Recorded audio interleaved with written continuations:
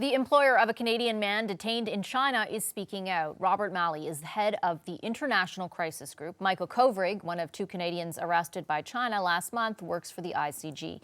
In an exclusive interview, Malley says Kovrig is innocent and should be released immediately. The CBC's Katie Simpson spoke with him, and she joins us now. Hey, Katie, thanks for being here. So what more did he reveal about what Michael Kovrig was actually doing in China? There have been so many questions about what exactly brought Michael Kovrig to China and what was the nature of his work, given that China is making the allegation that he was endangering national security. But when we spoke with Robert Malley, who's the president of the International Crisis Group, which of course is the non-governmental organization that Michael Kovrig worked for, he says, he's flat out says, no, he's not a spy. He denies the allegation and says that he'd been meeting with Chinese officials and with members of the diplomatic community to try and gather more information that he would use to produce reports in finding ways to reduce conflict. These are publicly available reports, and that's part of the mandate of the International Crisis Group. But he says that, like all ICG employees, local authorities were kept in the loop every step of the way, but the kind of work he did as a way to try and encourage Chinese officials to speak. But have a listen to what Malley says about what the focus of his most recent project was.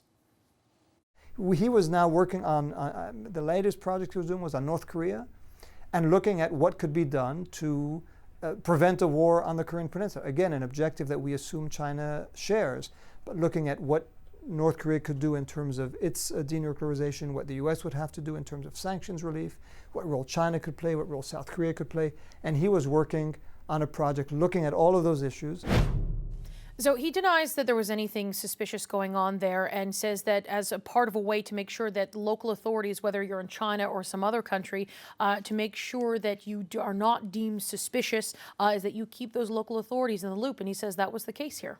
I know you also asked him about the potential long-term consequences of this dispute. What did he have to say about that? Well, he lays out very clearly an argument that from his point of view that China is sending a very, his words are a chilling message to the world right now, and that it's a very dangerous time, that China right now is in a position where it needs to be building bridges with its international partners. There are some economic headwinds that it's facing, and at this time, this is a very dangerous message to be sending to the global community.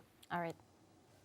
Thank you, Kate. You're going to chill people from coming, business people, academics, members of the think tank community, ordinary citizens who may think of going to China and who will think, if this could happen to someone like Michael, with all the connections he has, what does it mean for me?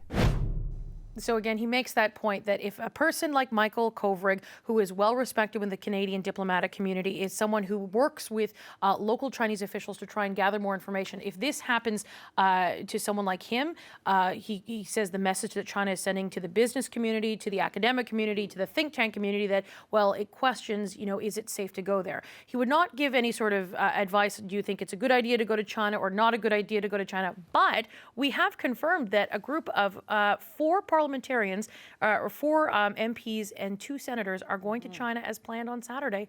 Michael Cooper is leading the delegation. We're going to have more about that coming up tomorrow. Interesting. Look forward to it. Thanks, Katie, for real this time. Appreciate it. Thanks.